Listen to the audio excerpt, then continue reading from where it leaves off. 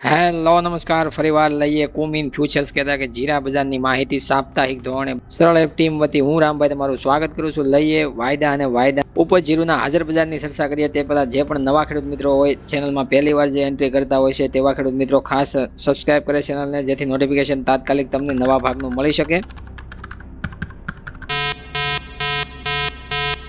જીરું બજારમાં આમ તો વારંવાર છે આપણા ભાગ રજૂ થતા હોય છે. અમુક વાર 8 દિવસે, અમુક વાર 10-15 દિવસે પણ રજૂ થતા હોય છે. એકંદરે ખેડૂતોની ખાસ ફરમાઈશ ઉપર ભાગ રજૂ કરવામાં આવતો હોય છે અને એ પ્રમાણે ભાગની અંદર મહત્વપૂર્ણ મુદ્દાઓ અને મહત્વપૂર્ણ માહિતીઓ સામેલ હોય છે. ભાગ અમુક વાર લાંબો હોય છે તો અમુક વાર ટૂંકો પણ હોય છે, પણ એકંદરે મહત્વપૂર્ણ લાંબા સમયે જ્યારે ભાગ રજૂ થતો હોય છે ત્યારે તમારે ખાસ પૂરેપૂરો ભાગ જોવાનું રાખવું જોઈએ, જેનાથી માહિતી તમને પૂરેપૂરી મળતી હોય. જે પણ અમારા ટાઈમ મુજબ અમે મહેનત કરી હોય અને તમારી સમક્ષ છે થોડો ટાઈમ કાઢી અને ભાગ રજૂ કર્યો હોય તો ખાસ કરીને એ તમારા માટે મહત્વપૂર્ણ કોઈ પણ રીતે છે બનતો હોય છે અને તમારા પાકને લઈને તમે અપડેટ હંમેશા જાગૃત રહી શકો એ માટે અહીંયાથી કોઈ પણ પાકની મહેનત છે બતાવવામાં આવતી હોય છે તમારી સમક્ષ. કારણ કે માહિતી ડેઈલી આપવા કરતાં સચોટ માહિતી જ્યારે પણ આપીએ ત્યારે સચોટ માહિતી ખેડૂતો સુધી પહોંચે અને માહિતી છે ખેડૂતોને જેટલો પણ સમય બગાડે અને એના માટે મહત્વપૂર્ણ સાબિત થાય એ માટે જ તે આપવામાં આવતી હોય છે. ના કે ડેઈલી ભાગ રજૂ કરી અને કોઈ પણ પાકની વિશે છે આમ થઈ ગયું તેમ થઈ ગયું એવી રીતના ચર્ચાઓ કરવાથી ખેડૂતોને ફાયદો નથી થવાનો અને ઉલટાનો એનો સમય બગાડવાનો છે.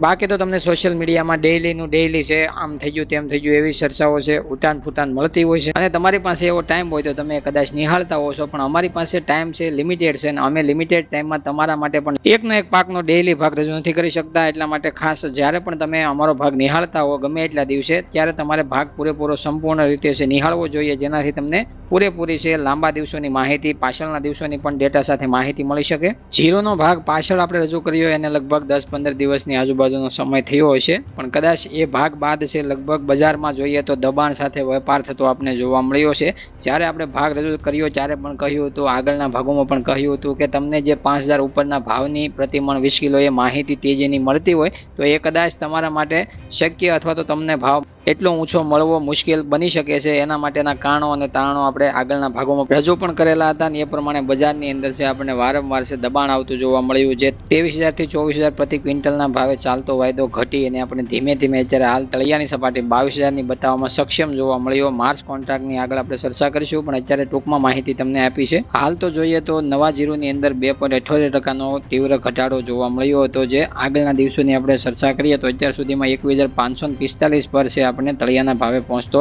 નવા જીરુમાં છે વાયદો જોવા મળ્યો હતો, જે પસંદગીની મંડીઓમાં નવા પાકના આગમનની શરૂઆતથી પ્રભાવિત થયો છે. કારણ કે માર્ચથી પુરવઠો છે વધુ વધવાની ધારણા છે, જેના કારણે ભાવ પર દબાણ રહેશે. આરામદાયક સ્ટોક સ્તર અને નિકાસ માંગમાં ઘટાડો થવાથી પણ ભાવમાં ઘટાડો થયો છે. અને જોઈએ તો વિદેશી ખરીદદારો અત્યારે હાલ સાવધ છે કે સાવધાનની સ્થિતિમાં આપણે કહી શકીએ, કારણ કે કોઈ યુદ્ધથી એટલું બધું નુકસાન ભાવને પહોંચે છે એવું નથી. યુદ્ધ તો આગળ પણ ચાલતા હતા અને અત્યારે પણ જે ચાલે છે એના માટે કોઈ એટલું બધું જીરુના ભાવ ઉપર નુકસાન છે થવાની સંભાવનાઓ નથી. કારણ કે યુદ્ધથી નુકસાન થવા કરતાં પણ છે નિકાસનો દર છે એ યુદ્ધ પહેલાંથી જ ઘટી ગયો હતો. કારણ કે જ્યારે આપણે આગળના ભાગોમાં ચર્ચા કરી 4700 ઉપર જ્યારે ભાવ જતા જોવા મળશે સારી ક્વોલિટી, પ્રીમિયમ ક્વોલિટીમાં, ત્યારે બજારમાં છે નિકાસનો અભાવ જોવા મળી શકે છે અને એ પ્રમાણે દબાણ નિકાસમાં આવતું જોવા મળ્યું. ત્યાંથી બજારને ધીમે ધીમે નીચે અથવા તો ભાવમાં જે ઘટાડો જોવા મળે છે એ ઘટાડા બાદ જ્યારે એક સ્તરે જ્યારે તળિયું એક નક્કી થશે ત્યારબાદ ફરીવાર છે નિકાસમાં વધારો થતો હોય છે. બાકી યુદ્ધથી કોઈ ખાવાનું બંધ થઈ જાય અથવા તો માંગ બંધ થઈ જાય અથવા તો શિપમેન્ટ બંધ થઈ જાય એવું અહીંયાથી જોવા નહીં મળે, અથવા તો જીરું માટે પણ એવું જોવા નહીં મળે. કારણ કે ખાદ્ય વસ્તુની જરૂરિયાત જે પણ દેશોમાં હોય છે ત્યાં નિકાસ અથવા તો તે દેશોને આયાત ભારતમાંથી કરવી જરૂરી બનતી હોય છે અને એ પ્રમાણે જ્યારે પણ તમે સમજી શકો કે જ્યારે 10,000 ઉપરના ભાવ જીરુની અંદર આગલા વર્ષોમાં પહોંચ્યા હતા ત્યારે પણ છે બજારમાં ખાદ્ય પદાર્થની અથવા તો ખાદ્યની માંગ જ્યારે જરૂર સંતોષવા માટે ભાવ ઊંચા હતા અને ઊંચા ભાવે પણ ખરીદી ચાલુ હતી. અને એ માટે જ તમને આગળ છે આપણે સમજાવતા આવ્યા છીએ કે જે પણ નુકસાનકારક જે પોઈન્ટ છે એ ખેડૂતો માટે અથવા તો હાલની સ્થિતિમાં નુકસાનકારક ભાવની સ્થિતિને લઈને પોઈન્ટ બનેલો છે. ઊંચા ભાવે નિકાસ અટકે છે અને એ આગળ જ્યારે યુદ્ધ નહોતું ત્યારે પણ છે અટકેલું જ હતું અને એ પ્રમાણે બીજા જે ચીન છે અથવા તુર્કી, સિરિયા આ બધા દેશોમાં ઉત્પાદનની જે સંભાવનાઓ કેવી છે, જોકે ચીનમાંથી આંકડા પૂરેપૂરા આવતા નથી અને એ આંકડા છે આપણે પાછળથી સાબિત થતા હોય છે. તો અમુક વાર એવું બનતું હોય કે સિઝનની શરૂઆતમાં આવક વધતી હોય છે અને એના લીધે એક તો ભાવ દબાણમાં હોય, નિકાસ ઘટેલી હોય અને ત્રીજો પોઈન્ટ જોઈએ તો ચીન દ્વારા છે માંગ ન કરવામાં આવે અથવા તો આંકડાઓ સારી રીતના જાહેર ન કરવામાં આવે, એના લીધે ચીનની ખાધ પૂરવા માટે ચીન પાછળથી જ્યારે ખરીદી કરતું હોય તો સિઝનની મધ્યમાં અથવા તો મધ્યથી થોડા આગળના ભાગમાં છે ભાવ છે ફરીવાર છે નવી સિઝનમાં ઊંચા જતા હોય છે, ત્યારે ખેડૂતો પાસે ઘણું બધું જીરું નીકળી ચૂક્યું હોય, વેચાઈ ચૂક્યું હોય. તો એવી સ્થિતિમાં ખેડૂતોએ ખાસ કાળજી રાખવી જોઈએ કે જ્યારે પણ તમારે જરૂરિયાત મુજબ વેચાણ કરો ત્યારે 4 પાર્ટમાં જીરુંનું વેચાણ કરવું જરૂરી છે. 25%માં જ્યારે તમારે પહેલાં નાણાં મજૂરને ચૂકવવા માટે અથવા તો તમારી જે જરૂરિયાત છે પોતાની એની જરૂરિયાત સંતોષવા માટે 25% વેચાણ કરવું જોઈએ. એમાં ભાવનું માળખું ગમે તે હોય સિઝનની શરૂઆતમાં, બાદમાં તમારે 25-25 એમ 3 પાર્ટમાં બાદમાં 25-25%માં વેચાણ કરવું જોઈએ. એટલે કે કુલ ઓલ ઓવર 100% તમારો જે જીરુંનો પાક હોય છે એમાં 4 પાર્ટમાં વેચવાલી કરવી જોઈએ. તો તમારું પહેલાંનું અને પાછળનું છે એ તમે એવરેજ કાઢો તો તમને ભાવ ઊંચો મળી શકે છે, એવું અમારું માનવું છે. ખાસ કરીને અમે વારંવાર ખેડૂતો પાસે આવી આશાઓ રાખતા હોઈએ છીએ વેચાણની. વેપારી મિત્રો અથવા તો સ્ટોકિસ્ટો કોઈ પણ ગમે એટલો સ્ટોક કરે એકસાથે પોતાનો સ્ટોક વેચતા નથી. જ્યારે જરૂર મુજબ 25-50%નું વેચાણ છે, ભાવમાં કેવી સુધારાની ચાલ છે અથવા કેવો નફો છે આગળ પાછળ એને જોવા મળે એ પ્રમાણે વેચાણ છે પાર્ટમાં કરતા હોય છે. એટલા માટે ખાસ કરીને પાર્ટમાં જીરુંનું વેચાણ કરવામાં આવે તો લાંબી પ્રોસેસ, એટલે કે આ સિઝન પૂરી થઈ એટલે કે આવતી સિઝન આવે ત્યાં સુધીમાં 1 વર્ષનો સમયગાળો હોય છે, અને એ સમયગાળા દરમિયાન ભારતની અંદર છે વાવેતર વિસ્તાર, વાવણી વિસ્તાર અને જ્યારે વરસાદી માહોલ ચોમાસાનો કેવો છે અને નવો પાક તૈયાર થવા માટે પાણીની સુવિધા પાછળ કેવી છે, આવતા વર્ષની અંદર કેવી બને છે, ત્યારે સાચું જે તમારું જે પાકનું ઉત્પાદન છે અને જેનું ઉત્પાદન સામે ભાવની જે સાચી લિંક છે એ ત્યારે તમને સમજાતી હોય છે. કારણ કે વરસાદનું જે પણ આપણે અલ નીનો અને લા નીનોની ચર્ચા કરતા હોઈએ છીએ તો લા નીનો આ વર્ષની અંદર આપણને વધારે જોવા મળ્યો, આગલા સમયમાં અલ નીનોની વધારે અસર જોવા મળી હોય તો એનાથી પણ ભાવ ઉપર છે ફાયદો થતો હોય, તેજીમાં છે ભાવ જોવા મળતા હોય. તો એકંદરે એનો લાભ છે પાછળ વેપારી અથવા તો સ્ટોકિસ્ટો લેતા હોય છે, જે ખેડૂતોને મળતો નથી.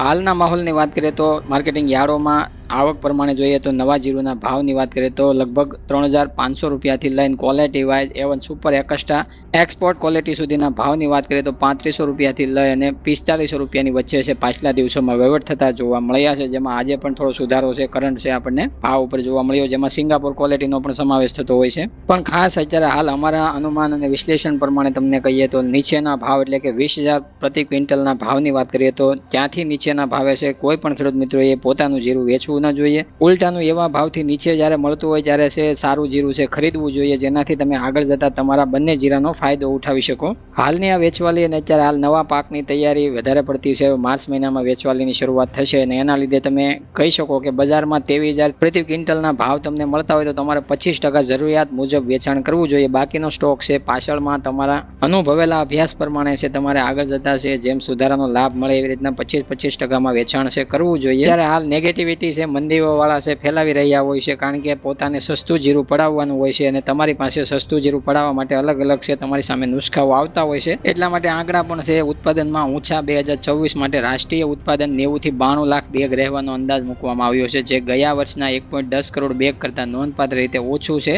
ગુજરાતનું ઉત્પાદન 42 થી 45 લાખ બેગ ધારવામાં આવ્યું છે, જ્યારે રાજસ્થાનમાં 48 થી 50 લાખ બેગ રહેવાનો અંદાજ મોટા બ્રોકરો અને વિશ્લેષકો માની રહ્યા છે. જોકે એક પ્રકારનું ભાવમાં નેગેટિવ સમાચાર કહી શકાય, કારણ કે ઊંચું ઉત્પાદન મૂકવાથી ભાવ ઉપર શરૂઆતમાં બજારમાં દબાણ જોવા મળતું હોય.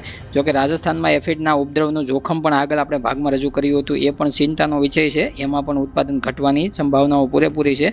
ખેડૂત પાસે લગભગ 20 લાખ બેગ હોવાનો અંદાજ છે અત્યારે હાલ બ્રોકરો અને વિશ્લેષકો માની રહ્યા છે, પણ એવું તો ખેડૂતો પણ કહી રહ્યા છે કે એટલો બધો સ્ટોક જે માનવામાં આવે છે એ નથી. છતાં પણ અત્યારે માર્કેટમાં નેગેટિવિટી અથવા તો મંદી લાવવા માટે છે આવા નુસ્ખાઓ આવતા હોય છે બજારમાં. હાલ તો ખેડૂતોના મતે કાળી ચરમી અને કાળી ફૂગ ને અલગ અલગ પ્રકારના રોગોથી છે ભરપૂર છે પાક ભરેલો છે, જેના લીધે ઉત્પાદન છે ઘણું બધું ઘટવાની શક્યતાઓ ગુજરાતની અંદર જોવા મળે છે. છતાં પણ ઊંચું ઉત્પાદન ધારી અને શરૂઆતમાં બજારને દબાવવાનો પ્રયત્ન થઈ રહ્યો હોય એવું હાલ લાગી રહ્યું છે. એના ઉપરથી જોઈએ તો વાયદા બજારમાં પણ છે ખાસું એવું દબાણ છે આપણને જોવા મળ્યું છે પાછલા 8 દિવસોની અંદર. જોઈએ તો અત્યારે હાલ માર્ચ કોન્ટ્રાક્ટમાં ઓપનિંગ સપાટી આજની જોઈએ તો 21,545 ઉપર જોવા મળી હતી, બાદમાં મથાળાની સપાટી 22,100 રૂપિયાની બતાવવામાં ઇન્ટરડે લેવલમાં વાયદો સક્ષમ રહ્યો. માર્ચ કોન્ટ્રાક્ટમાં હવે પોઝિશન સ્ક્વેર ઓફ થાય અને એપ્રિલ કોન્ટ્રાક્ટમાં જોવા મળશે, જ્યારે વધારે વોલ્યુમ છે એપ્રિલ કોન્ટ્રાક્ટમાં જોવા મળતું હોય છે આગળના વાયદામાં. એટલે હવે જોઈએ એપ્રિલ કોન્ટ્રાક્ટની ચર્ચા કરીએ તો એમાં પણ આપણને છે 21,700 રૂપિયાના ભાવ ઓપનિંગ જોવા મળી. બાદમાં ધીમો ધીમો સુધારા તરફ દિવસ દરમિયાન છે ઇન્ટરડે લેવલમાં છે વાયદાની અંદર છે આપણે સુધારો જોવા મળ્યો અને 22,300 રૂપિયાની ઊંચી સપાટી વાયદામાં આજે છે દિવસભરમાં બતાવવામાં આવી.